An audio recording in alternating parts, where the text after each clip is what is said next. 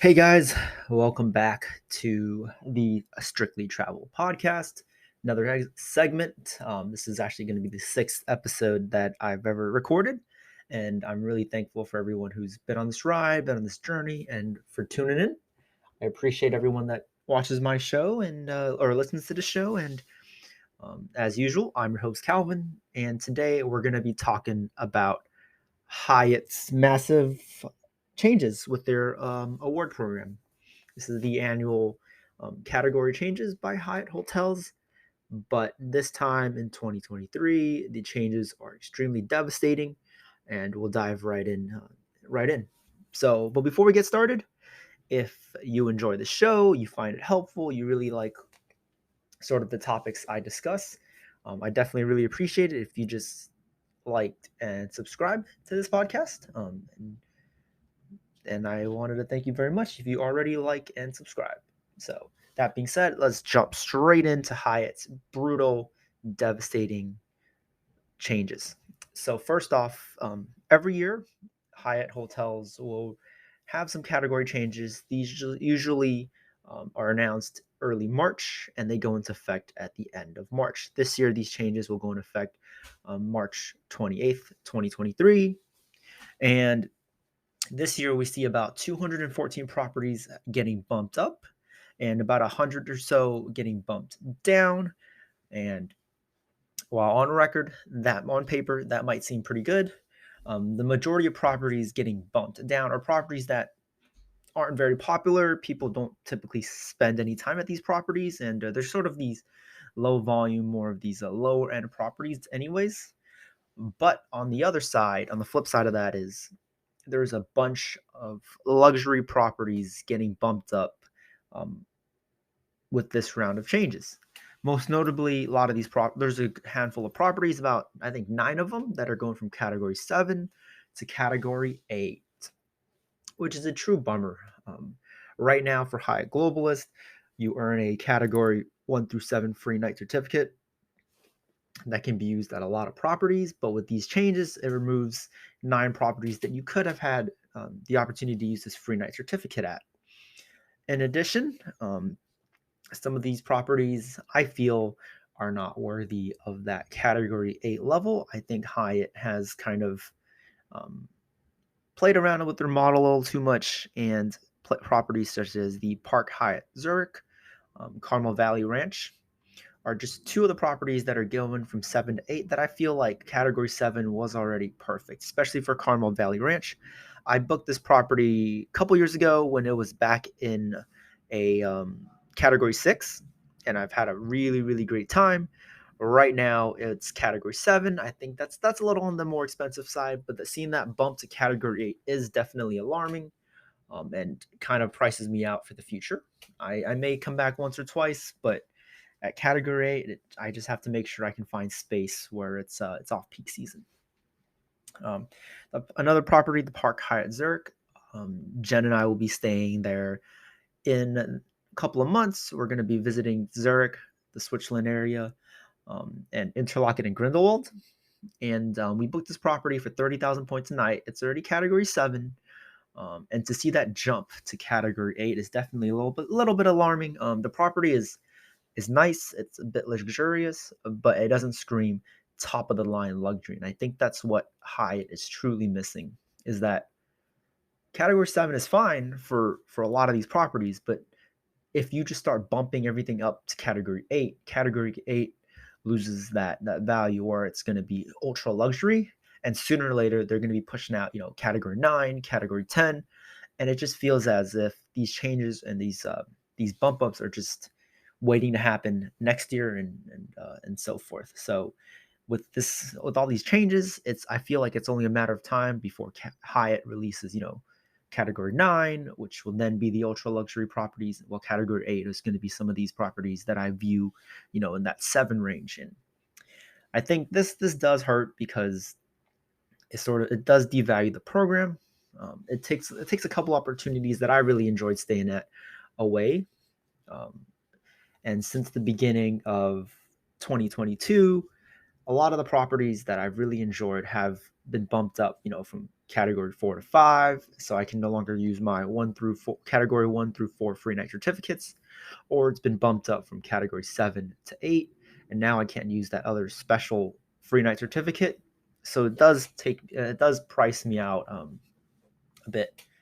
In addition to some of these luxury hotels getting bumped up, we also see major shifts in the all inclusive market. I see a lot of properties in the all inclusive market, especially in Latin America, that are not only getting bumped up one category, but two categories. And you expect to pay, anywhere from 25,000 points per night pre bump to now at least 40 to 50,000 points per night. It's definitely a stinger. I'm not much of an all inclusive guy. That's not my lifestyle. That's not sort of the travel that I like to do and that Jen likes to do. But for people that would have kids, have families that just want to get away for nice relaxation, this definitely does hurt, and um, and I do feel for them. And I guess more or less the bottom line is that we can expect these devaluations to happen on an annual basis, but this year the changes were more drastic.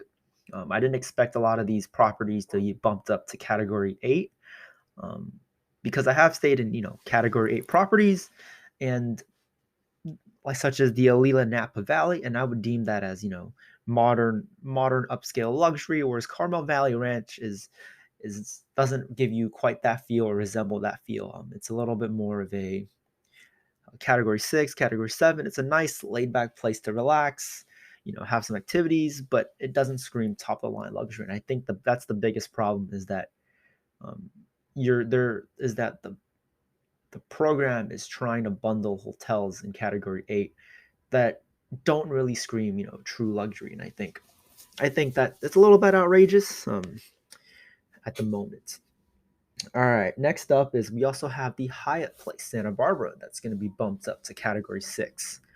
Um, just in 2021, Jen and I were able to book this property with our category 1 through 4 free night certificate, as this property was a category 4. 2 years later, it's going to be a category 6, and that's just truly absurd. This is the only other property by Hyatt in Santa Barbara. There's one more that's a little bit more of a boutique hotel. So this is the only true Hyatt. It's not even located with beach views near the beach. You still have to drive 5-10 minutes to get to the beachfront. The property doesn't really have a lot of amenities. You serve Jimmy Dean sausage biscuits for breakfast that you have to heat up yourself. You got to toast your own bagels.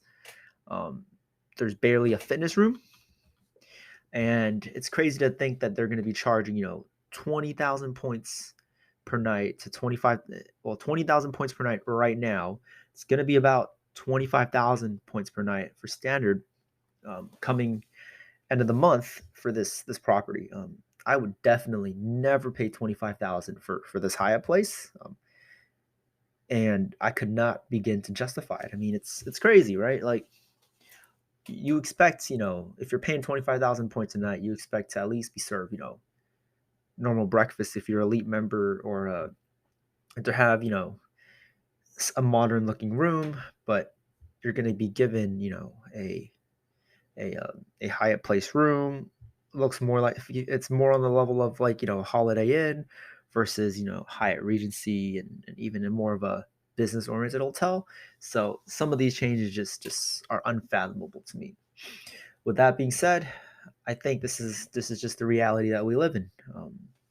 I don't see a world where hotels and hotel programs make it cheaper for us to use points. I think it's going to just continue to get more expensive, and the probability and the ability to get outsized value from points is going to be a little more difficult. It'll take a little bit more digging, but I still think, at least for now, there's still a lot of room to get outsized value with Hyatt. So that being said, thank you guys so much for tuning in to this segment about my rant, or my 2 cents on these Hyatt hotel devaluation and these category changes. Let me know if you are able to book any of these properties before March 28th, 2023, because after that date, many of these places will go up. So if you do want to stay at any of these top tier properties, be sure to book ASAP with points. Only if you're booking with points, because you can always cancel them later if you don't make it out there. So if you want to be safe, book it with points. Just lock in some dates, and if you later on decide that, hey, I probably won't make it out there, you can cancel. You know, a lot of these award nights have flexible cancellation policies. So that being said, thank you guys for tuning in to Strictly Travel. I really enjoy everyone that comes on the show and listen to the show. So if you have any questions, please find us on Instagram, on the website, and we look forward to talking with you.